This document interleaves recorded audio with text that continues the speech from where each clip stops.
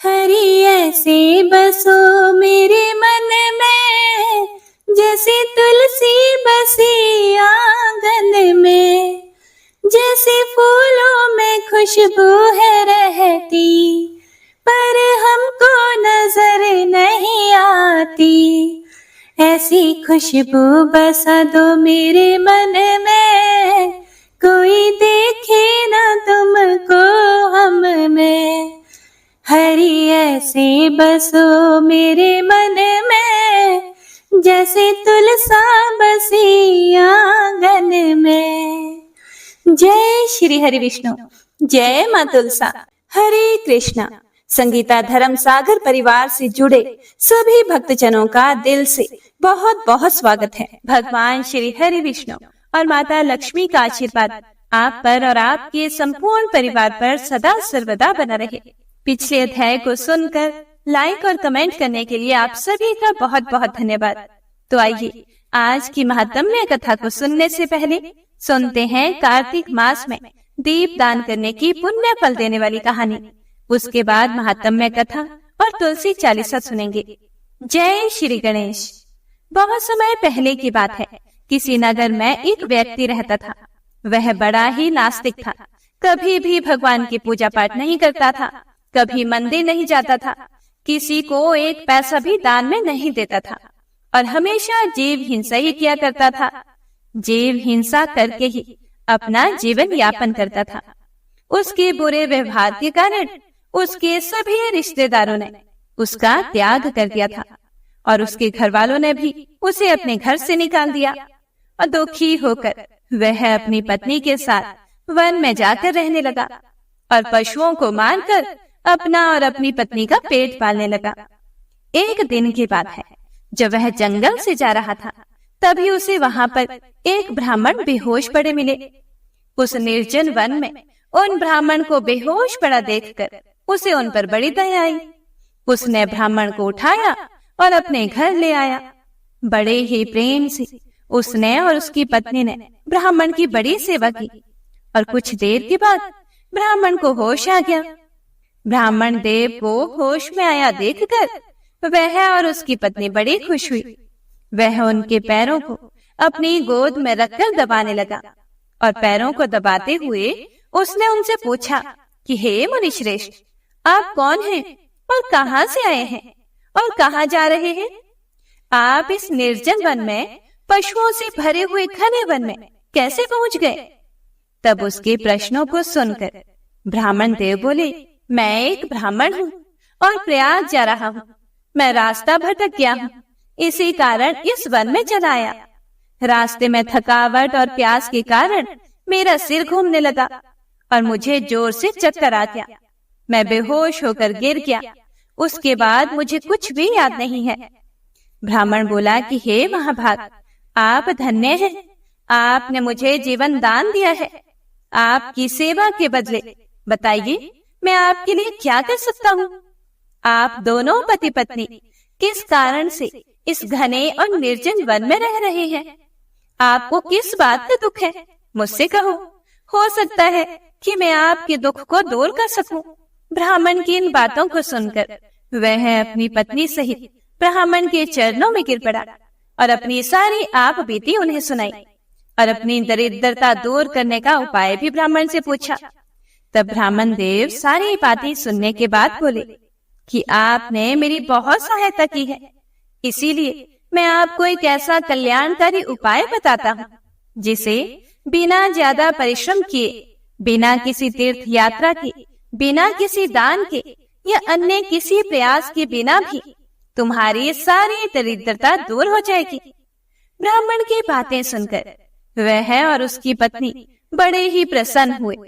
तब ब्राह्मण बोले कि कुछ महीनों के बाद कार्तिक का महीना आएगा।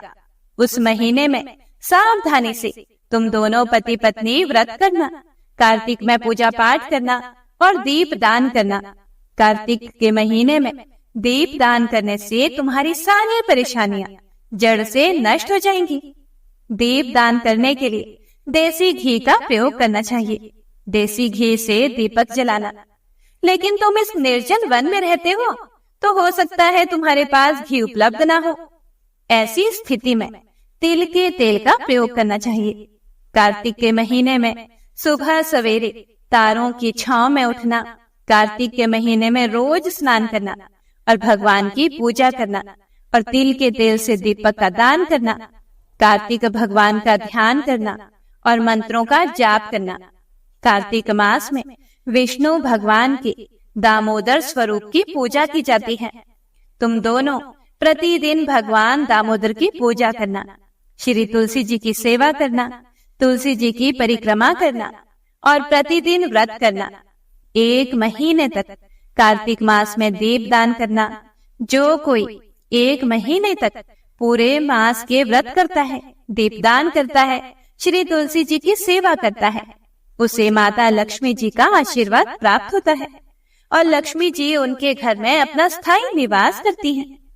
हे महाभाग, कार्तिक मास में जो विधि पूर्वक व्रत करके दीपदान करता है वह धन धान्य पुत्र और यश को प्राप्त करता है। कार्तिक के महीने में किया गया दीपदान बंध्या स्त्री के बांझपन का नाश करने वाला है, स्त्रियों को सौभाग्य देने वाला है और सभी मनुष्यों को अपनी इच्छा के अनुसार फल देने वाला है। यदि कोई कन्या दीपदान करती है तो वह गुणी और चिरंजीवी पति को प्राप्त करती है। स्त्री की इच्छा करने वाला पुरुष सुशीला और पतिव्रता स्त्री को प्राप्त करता है। विद्यार्थी विद्या को प्राप्त करते हैं और सिद्धि चाहने वाले को सिद्धि प्राप्त होती है। धन चाहने वाले को धन प्राप्त होता है और मोक्ष चाहने वाले को मोक्ष की प्राप्ति हो जाती है। बिना किसी विधि के, बिना किसी शास्त्र के जो कार्तिक मास में दीपदान करता है वह अपनी इच्छा के अनुसार फल की प्राप्ति करता है। और फिर विधि पूर्वक नियम से जो कोई भी मनुष्य पूरे कार्तिक के महीने के व्रत करता है और दीपदान करता है उसके भाग्य का तो कहना ही क्या है। कार्तिक के महीने में दीपदान करने का विशेष महत्व है। हे प्रिय भक्तों, दोनों पति पत्नी को कार्तिक के महीने की और कार्तिक में दीपदान करने की महिमा बताकर ब्राह्मण देवता वहां से चले गए। फिर जब कार्तिक का महीना आया तब दोनों पति पत्नी ने आलस्य को त्याग कर कार्तिक के महीने का स्नान किया, व्रत किया और दीपदान किया। दीपदान करते करते उन्होंने पूरा कार्तिक का महीना बिता दिया। ब्राह्मण देवता के कहे अनुसार उन्होंने व्रत किया, श्री तुलसी जी की सेवा की और ऐसा करने से उनके सभी पाप नष्ट हो गए और कार्तिक स्नान और दीपदान के पुण्य फल से अंत समय आने पर वे दोनों स्वर्ग लोक हो गए। हे कार्तिक के ठाकुर, हे राई दामोदर भगवान, जैसे आपने उन दोनों पति पत्नी पर अपनी कृपा दृष्टि की वैसे ही सभी भक्तों पर अपना आशीर्वाद बनाए रखना। कार्तिक मास में जो भी भक्त दीपदान करे, स्नान करे, व्रत करे और कथा को सुने या सुनाए, सभी की मनोकामनाएं पूरी करना। तो सभी एक बार प्रेम से बोलिए, कार्तिक के दामोदर भगवान की जय। जय श्री हरि विष्णु। हे प्रिय भक्तों, तो आइए अब सुनते हैं आज की महत्वमय कथा में आगे का वृत्तांत। ओम नमो नारायणाय। पिछले अध्याय में आपने बलाक राक्षस की कहानी सुनी। इतनी कथाएं सुनने के बाद महाराज पृथु ने देवऋषि नारद से प्रार्थना की कि हे देवऋषि नारद, आपने कार्तिक महात्म्य, कर्क चतुर्थी व्रत और गृहस्थ धर्म के बारे में मुझे इतना कुछ बतलाया। अब आप कृपया करके तुलसी जी का महात्म्य भी बताइए। तब देवऋषि नारद बोले, हे राजा पृथु, प्राचीन काल में सह्याद्री क्षेत्र में अत्यंत ज्ञानी धर्मात्मा और ओम नमो भगवते वासुदेवाय मंत्र का जप करने वाला धर्मदत्त नाम का एक ब्राह्मण रहा करता था। वह अतिथियों का आदर सत्कार भी खूब करता था। एक दिन प्रातः काल एक पहर रात्रि शेष रहने पर वह ब्राह्मण पूजा की सामग्री लेकर भगवान के मंदिर को जा रहा था कि इतने में ही उसने सामने से आती हुई एक अत्यंत भयंकर राक्षसी को देखा। आगे को निकले हुए टेढ़े मेढ़े और बड़े बड़े दांत, लाल नेत्र, बिल्कुल नग्न लकड़ी के समान सूखा शरीर और मुख से घुर घुर शब्द निकल रहा था। ऐसी भयंकर राक्षसी को देखकर भयभीत धर्मदत्त ने अपने हाथ का तुलसी मिश्रित जल उस पर फेंक दिया। जल में मिश्रित तुलसी दल शरीर पर स्पर्श करते ही उस राक्षसी के समस्त पाप उसी क्षण दूर हो गए और वह तो हाथ जोड़कर धर्मदत्त के पैरों में ही गिर पड़ी। तब धर्मदत्त ने उससे पूछा कि आप कौन हैं और किस पाप के कारण इस दशा को प्राप्त हुई हैं? हे प्रिय भक्तों, अपने पापों से मुक्त हो चुकी वह राक्षसी कहने लगी, सौराष्ट्र देश में भिक्षु नामक ब्राह्मण की मैं पत्नी थी। तब मेरा नाम कलहा था। मैं ना तो अपने पति से मीठे वचन बोलती थी और ना ही अच्छा भोजन उन्हें खाने को देती थी। मेरे इस व्यवहार से दुखी होकर जब मेरे पति ने दूसरा विवाह करने का निश्चय किया तो क्रोध में आकर मैंने विष खाकर अपना शरीर त्याग दिया। इसके बाद यमदूत मुझे बांधकर यमराज के पास ले गए। वहां चित्रगुप्त जी ने मेरे सभी अच्छे बुरे कर्मों का लेखा जोखा बताते हुए यमराज से कहा कि हे महाराज, इसने अपने जीवन में कभी भी कोई शुभ कार्य नहीं किया, सदैव अपने पति से द्वेष करती रही। यह सुनकर यमराज ने उसी क्षण आज्ञा दी, क्योंकि जिस बर्तन में यह पकाती थी उसी में खाती थी, इसीलिए इसको पहले अपनी संतान को खाने वाली बिल्ली की योनि में भेजा जाए। उसके बाद पति से द्वेष करने के कारण इसको विष्ठा खाने वाले शुकर की योनि प्राप्त हो। फिर क्योंकि इसने आत्महत्या की है, इसीलिए यह प्रेत योनि में भेजाए। इसीलिए हे महाराज, मैं 500 वर्ष से इसी योनि में फिर रही हूँ।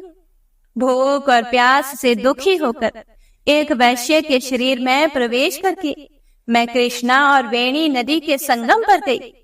जैसे ही मैं नदी के तट पर पहुंची, विष्णु जी के दूतों ने मुझे वैश्य के शरीर से निकालकर फिर बाहर फेंक दिया। वहां से घूमती फिरती मैं आ ही रही थी कि मुझे आप मिल गए और आपने तुलसी मिश्रित जो जल मेरे ऊपर फेंका है, उससे मेरे संपूर्ण पाप नष्ट हो गए हैं। अब कृपया करके इस प्रेत योनि से भी मेरा उद्धार कर दीजिए। हे प्रिय भक्तों, देव ऋषि नारद आगे बोले कि हे राजा पृथु, राक्षसी से सारा वृतांत सुनने के बाद ईश्वर भक्त ब्राह्मण धर्मदत्त ने कहा कि तुमको देखकर मुझे बहुत दुख हो रहा है। मैं जानता हूँ कि तीर्थ, व्रत, दान, सत्कर्म प्रेत योनि में नहीं हो सकते। तुम्हारे पाप अधिक हैं और पुण्य बहुत ही कम है। इसीलिए मैंने अपने जीवन काल में जितना भी कार्तिक मास का स्नान और व्रत किया है, उसका आधा पुण्य मैं तुमको देता हूँ। इससे तुम्हें उत्तम गति की प्राप्ति हो जाएगी। इसके बाद ब्राह्मण ने जैसे ही ओम नमो भगवते वासुदेवाय इस मंत्र को पढ़ते हुए तुलसी मिश्रित जल से उसका अभिषेक किया, वह प्रेत योनि से मुक्ति पाकर अग्नि के समान दिव्य देह धारण करके लक्ष्मी जी के समान रूपवती हो गई। इसके बाद उसने ब्राह्मण देव को प्रणाम किया। तभी भगवान विष्णु के पुण्यशील और सुशील नामक 2 दूत वहां आ गए। उसको विमान में बैठाकर वैकुंठ लोक को ले गए। उन दूतों ने धर्मदत्त से कहा, हे ब्राह्मण देव, निरंतर भगवान की भक्ति में लीन रहने के कारण तुम धन्य हो गए हो। तुम्हारे द्वारा कार्तिक मास के स्नान और व्रतों का आधा पुण्य दिए जाने के कारण ही इसकी मुक्ति हो पाई है। हे विप्र, अपने इस त्याग, भक्ति और कार्तिक मास के प्रताप से कालांतर में तुम राजा के कुल में जन्म लोगे और अंत में वैकुंठ धाम को प्राप्त करोगे। ओम नमो नारायणाय। हे प्रिय भक्तों, आज का यह अध्याय यही समाप्त होता है। इससे आगे का वृतांत आप अगले अध्याय में जरूर सुनिएगा। आइए अब सुनते हैं श्री तुलसी 40वां पाठ। जय जय तुलसी भगवती सत्यवती सुखदानी, नमो नमो हरि प्रेयसी श्री वृंदा गुण खानी। श्री हरि शीश बिरजिनी देहु अमर वर अम्ब, जनहित है वृंदावनी अब ना करहूं विलंब। अर्थात हे भगवती सत्यवती, सुख प्रदान करने वाली तुलसी माता, आपकी जय हो, जय हो। हे भगवान श्री हरि अर्थात श्री विष्णु की प्रिय, गुणों की खान श्री वृंदा, आपको नमन है। भगवान श्री हरि के शीश पर विराजमान हे तुलसी माता, अमर होने का वरदान दे। लोगों के कल्याण के लिए हे वृंदावनी, अब देर ना कीजिए। धन्य धन्य श्री तुलसी माता, महिमा अगम सदा श्रुति गाता। हरि के प्राण हो से तुम प्यारी, हरि है तो किन्हों तप भारी। जब प्रसन्न है दर्शन तिन्हों, तब कर जोरी विनय उसकिन्हों। हे भगवंत तंत मम होहु, दीन जानी जनि छाड़ा हो छोहु। सुनी लक्ष्मी तुलसी के बानी, दिन्हों श्राप कध पर आनी। उस अयोग्य वर मांगन हारी, हो विटप तुम जड़ तनु धारी। सुनी तुलसी हिम श्रेप्यो ते ही थामा, करहु वास तो हो नीचन धामा। दियो वचन हरि तब तत्काला, सुनहो सुमुखी जनि होहु बिहाला। समय पाई व्यहु रौ पाती तोरा, पुझऊ आस वचन सतमोरा। अर्थात हे तुलसी माता, आप धन्य हैं। श्रुतियों में सदा से आपकी महिमा का पहले गुणगान हुआ है। भगवान विष्णु को आप अपने प्राणों से भी प्यारी हैं। आपने भगवान विष्णु को वर रूप में पाने के लिए वर्षों तक भारी तप किया है। भगवान विष्णु ने प्रसन्न होकर जब दर्शन दिए तो आपने उनसे हाथ जोड़कर विनती की। आपने भगवान श्री विष्णु को अपनी पत्नी के रूप में स्वीकारने की प्रार्थना की। इस पर भगवान श्री हरि ने आपको दीन जानकर छोड़ दिया। लेकिन हे माँ तुलसी, आपकी वाणी को सुनकर माँ लक्ष्मी ने आपको श्राप देते हुए कहा कि आपने अयोग्य वर को अपने लिए मांगा है, इसीलिए आप वृक्ष का रूप धारण करेंगी। इस पर आपने भी भगवान विष्णु को पत्थर के रूप में अपने नीचे रहने का श्राप दिया।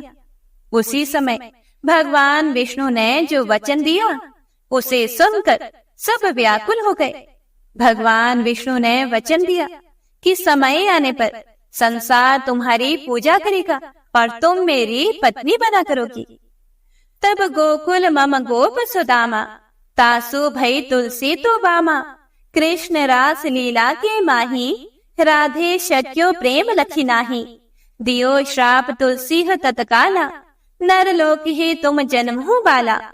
यो गोप वह दानव राजा, शंख चोड़ नामक शेर ताजा। तुलसी भई तासु की नारी, परम सती गुण रूप आगारी। अस द्वै कल्प बीत जब गयो, कल्प तृतीय जन्म तब भयो। अर्थात उसके बाद गोकुल अर्थात गोलोक में सुदामा गोप की आप पत्नी हुई। एक बार जब भगवान श्री कृष्ण रास लीला रचा रहे थे तो श्री राधा ने आपके प्रेम पर संदेह किया और आपको उसी समय श्राप दिया कि आप मनुष्य रूप में भूलोक पर जन्म लेंगी। वसुदामा गोप शंखचूड़ नामक राक्षसों का राजा होगा, जिससे आपका विवाह होगा। आपकी पतिव्रता व गुणों की बदौलत शंखचूड़ की पराजय नहीं होगी। इस प्रकार यह कल्प बीत गया व अगले कल्प में आपका तीसरा जन्म हुआ है। वृंदा नाम भयो तुलसी को, असुर जलंधर नाम पति को। करी अति द्वंद अतुल बल धामा, लेन्हा शंकर से संग्राम। जब निज सैन्य सहित शिव हारे, मरही न तब हर हर ही पुकारे। पतिव्रता वृंदा थी नारी, को न सके पति ही सहारी। तब जलंधर ही भेष बनाई, वृंदा ढिग हरि पहुँची जाई। शिव हित लही करी कपट प्रसंगा, कियो सतीत्व धर्म तो ही भंगा। भयो जलंधर कर सहारा, सुनी और शोक उपारा। अर्थात तीसरे जन्म में आपका नाम वृंदा हुआ व जलंधर नामक असुर से आपका विवाह हुआ। जलंधर बहुत ही बलशाली था। समस्त देवताओं को हराकर भगवान शिव तक से उसने युद्ध किया। जब भगवान शिव भी अपनी सेना के साथ मिलकर जलंधर को हरा न सके तो उसे मारने के लिए शिव ने भगवान विष्णु को पुकारा। लेकिन हे माँ तुलसी, वृंदा के रूप में आपकी पतिव्रता के चलते आपके पति असुर जलंधर को कोई भी मार नहीं सकता था, ना ही उसे हरा पाना संभव था। तब भगवान श्री हरि विष्णु ने जलंधर का वेश धारण किया और आपके पास पहुंच गए। भगवान विष्णु ने भगवान शिव की मदद करने के लिए कपट का सहारा लिया, जिससे आपका सतीत्व भंग हो गया। आपका सतीत्व भंग होते ही जलंधर को मारने में भगवान शिव कामयाब हो गए। जलंधर की मौत के बारे में सुनकर आपके हृदय को बहुत आघात पहुंचा। तिहि क्षण दियो कपट हरि तारी, लखी वृंदा दुख गिरा उचारी। जलंधर जस हत्यो अभीता, सोई रावण तस हरि सीता। अस प्रस्तर सम हृदय तुम्हारा, धर्म खंडी मम पति सहारा। यही कारण लही श्राप हमारा, होवे तनु पाषाण तुम्हारा।